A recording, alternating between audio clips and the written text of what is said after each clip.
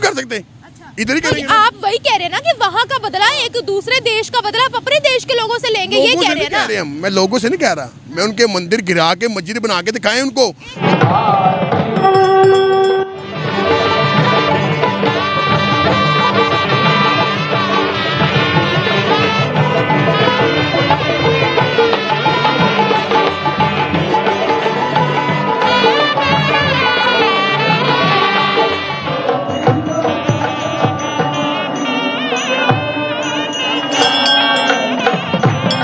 Normal heavy jewellery वगैरह उन्होंने पहना होता है, हैवी ज्वेलरी जो है वो उन्होंने कैरी की होती थी। राम भारत की आस्था है। यहाँ पे भारत को सोने की चिड़िया कहा जाता था और आज भी कहा जाता है। राम भारत का आधार है जी, और दुनिया का 11% गोल्ड तो सिर्फ भारतीय विमेंस के पास है। आप अंदाजा लगाते जो कि मेरे ख्याल से 18,000 टन के करीब ये जो है गोल्ड। राम भारत का विचार है, बयान नहीं कर सकता, मतलब इतना ये सोना था कि यार क्या बात है। यानी अच्छा, इसका मतलब है कि भारत बहुत अमीर है। राम भारत का विधान है। सोने की चिड़िया वो बता तो नहीं, ऐसे थोड़ी कहा जाता। आज यानी 22 जनवरी का दिन सभी सनातनियों के लिए बहुत महत्वपूर्ण था। अब कहा जा रहा है कि ये बड़ी रकम इस्तेमाल हुई है, कोई $200 मिलियन से ज्यादा राम मंदिर के ऊपर खर्चा हुआ है। और कहा जा रहा है कि 1 लाख विजिटर्स हर रोज 1,100,000 people will come there daily. क्योंकि आज के दिन हमारे प्रभु श्री राम मंदिर में विराजमान हो गए हैं। और जय हिंद दोस्तों, आप देख रहे हैं आपका और हमारा यूट्यूब चैनल सिलेजी बाबू मोसाई। दोस्तों 500 साल लग गया हमारा राम जी की प्राण प्रतिष्ठा होने में, और बहुत सारे लोग इसके लिए विरोध भी कर रहे थे, लेकिन आखिरकार 19 अक्टूबर 2019 में सुप्रीम कोर्ट ने राय दे ही दिया। और इतना ज़्यादा प्रूफ हम लोगों ने दिखाया है कि ये बहुत ही शानदार एक राय था दोस्तों, ये तो आप लोगों को पता ही है। और राम जन्मभूमि को लेकर जो विवाद था दोस्तों, वो बहुत सालों से, मैं बचपन से सुनते आ रहा हूँ कि राम मंदिर बाबरी मस्जिद, राम मंदिर बाबरी मस्जिद, पर आप जाके ये हमारा सपना पूरा हुआ और हमारा भारत में जो सनातनी हिंदू है उन लोगों का सपना पूरा हुआ। और इसके लिए मैं पूरे भारतीयों को मैं अपने हृदय से मैं उन लोगों को धन्यवाद कहना चाहता हूँ और खुशी व्यक्त करना चाहता हूँ आप लोगों के साथ। दोस्तों 500 साल यूं ही गुजर गया, हमारा पूर्वज जो थे वो लोग मर गए राम नाम लेते लेते, लेकिन राम मंदिर नहीं हुआ। लेकिन आखिरकार जब नरेंद्र मोदी जी ने भी 34 साल से ये तप किया था और वेट कर रहे थे कि कब हमारा राम मंदिर बन जाए, उनका प्राण प्रतिष्ठा हो, पर भगवान हमारे साथ थे, भगवान श्री राम हमारे साथ थे और आखिरकार उनका सपना भी पूरा हो गया। और हमारे प्रधानमंत्री जी के लिए मैं बहुत बहुत दिल से धन्यवाद देना चाहता हूँ। उन्होंने 3 दिन के बजाय 11 दिन उपवास रखा है दोस्तों, फास्ट रखा है, और उन्होंने कुछ खाए बिना सिर्फ नारियल पानी पिया। दोस्तों पाकिस्तान के कुछ पाकिस्तानी मुसलमान हैं और भारत का भी कुछ है, जो लोग तलवार के डर से उस वक्त मुगल की अमल में जो तलवार की डर से तलवार पहन लिए थे, अभी वो अपने आप को सच्चा मुसलमान कहते हैं, वो लोग अब तरफ रहे जैसे उनके सिलसिले पे आ गया है। और उन लोगों की इतना मिर्ची लग रहा है दोस्तों। आज का जो वीडियो है बहुत ही मज़ेदार होने वाला है, आप पूरा वीडियो देखिएगा। पाकिस्तानियों का रिएक्शन देखने के लायक है।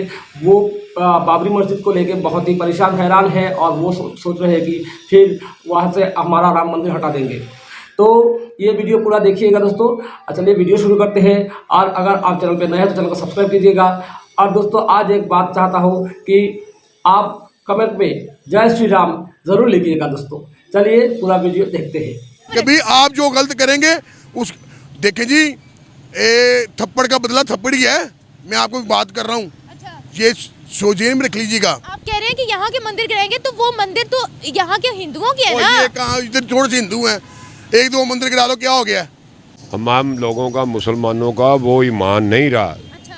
जो कभी 1400 सदियां पहले था। क्या करें? वो लोग नहीं है।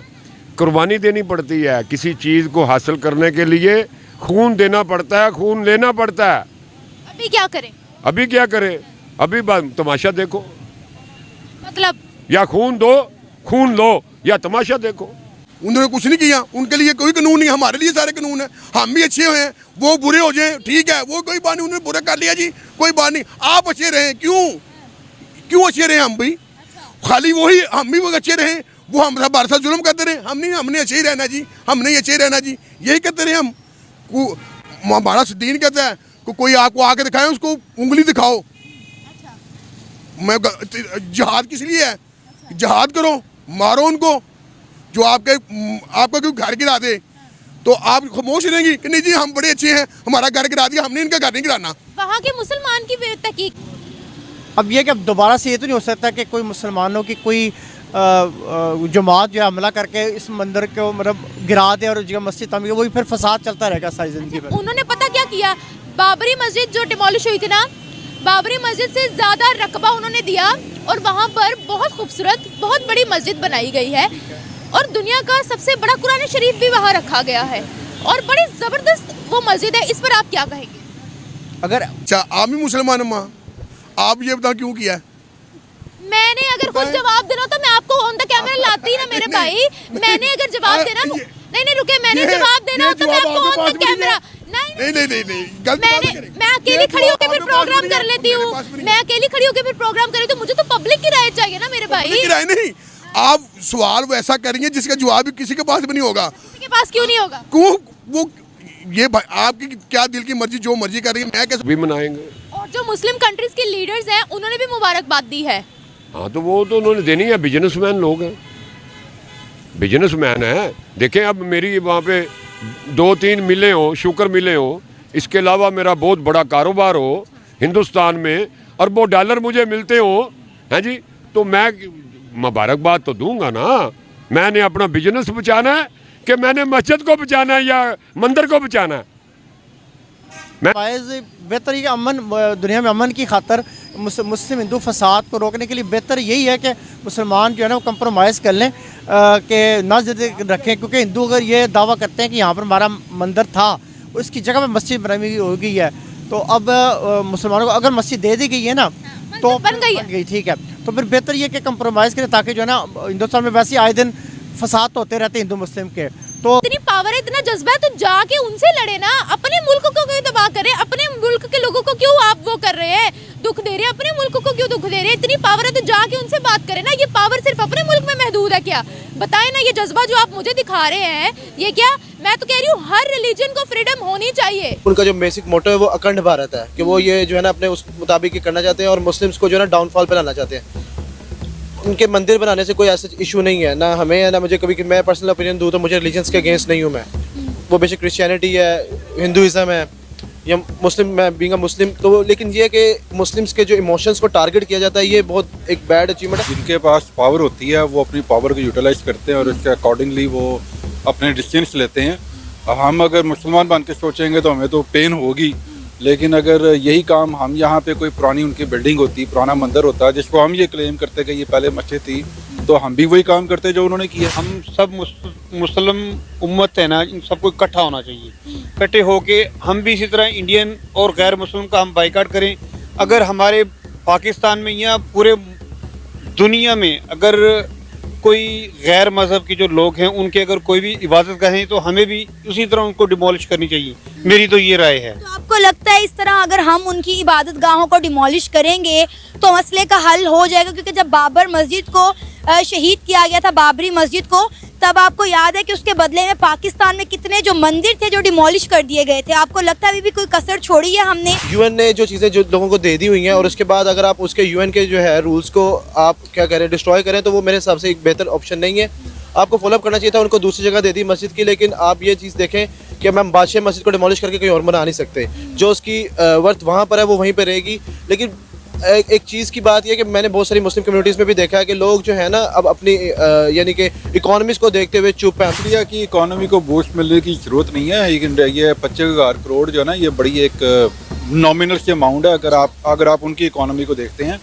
और जहाँ तक हिंदुओं की टोटल जो आबादी है as compare to other religion की, वो बड़ी छोटी सी आबादी है। हम हमेशा नेबर के बारे में ये कहते हैं कि भाई इंडिया वाले तो बड़ा जुल्म कर रहे हैं, ये है वो है, लेकिन अभी वो टूरिज्म के ऊपर कितना रेवेन्यू जनरेट कर रहे हैं। एक मंदिर उन्होंने अयोध्या में बनाया है, वहाँ पे मस्जिद बना रहे हैं, और ये एक अयोध्या सिटी से वो 25,000 करोड़ का जो है वो 25,000 करोड़ का रेवेन्यू एक साल में जनरेट कर सकते हैं या करने जा रहे हैं। तो ये राम मंदिर जिसके ऊपर हम बात कर रहे हैं, इसके हवाले से कोई खबर सुनी हो या कोई न्यूज़ सुनी हो? हाँ, मैंने अभी रिसेंटली देखा है, उसमें बता रहे हैं कि इंडिया में एक मंदिर उन्होंने बना लिया है, वहाँ पे कभी विराट कोहली आ रहा है, कभी कौन बड़े बड़े सेलिब्रिटीज आ रहे हैं, अमिताभ बच्चन आ रहा है, बड़े बड़े लोग आ रहे हैं, वो इसलिए कि प्रमोट करने के लिए। अभी मैंने सुना है कि वहाँ पे कोई इंडियन मुसलमान लड़की थी, उससे उन्होंने कोई भजन शजन करवाया और उसको उन्होंने बड़ा ट्रेंड में ले आए हैं और वो ठीक है। सो आई थिंक सारी इंटरेस्ट की बात है और प्रायोरिटी की बात है। हमारी प्रायोरिटी है करप्शन, हिंदुस्तानियों की प्रायोरिटी है कि उन्होंने यूथ को आगे लेके जाना है। ठीक है। बहुत सारी चीज़ें उनकी जो कि हर लिहाज से हमसे बहुत आगे। टूरिज़्म की आपने बात की है तो बेहतरीन तरीका जो मेरे हिसाब से वो है स्पोर्ट्स, जबरदस्त खेलों को आप जितना ज़्यादा प्रमोट करेंगे। नहीं, इसमें कोई शक नहीं है। हम लोगों को एक ऐसे यूट्यूबर्स या ऐसे लोगों को इकट्ठा करना चाहिए जहाँ पे सब लोग बैठे हों, जहाँ पे एक हिंदू बैठा हो, जहाँ पे एक ईसाई बैठा हो, यहाँ पे एक मुस्लिम बैठा हो, और वहाँ पे हमें दिखाना चाहिए कि हमारे दरमियान एक भाईचारा है जो कि इंडिया करता है। अगर उन्होंने एक मुसलमान लड़की से भजन गवाया तो वो क्यों गवाया? वो सिर्फ ये शो कराने के लिए।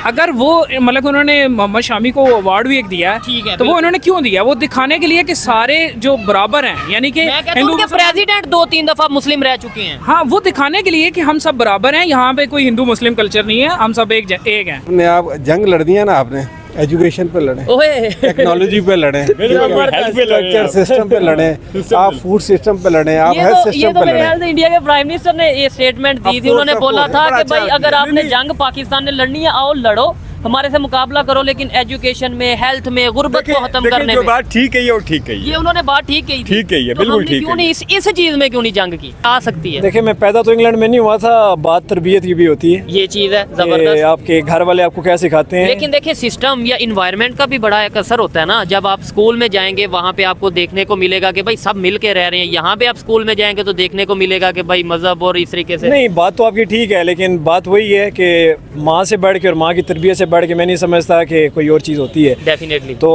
जो दूध का असर है और खून का असर है, ठीक है, वो हर चीज़ से ज़्यादा ताकतवर होता है। ये तो देखें, जब डिवाइड हुआ तो 48 के बाद हुआ ना, उससे पहले तो ये हिंदुओं का भी लैंड था और पाकिस्तानियों का भी लैंड था। पूरी हिस्ट्री है, उनका कल्चर है, इसको हम मिलादा तो नहीं कर सकते अपने आप से।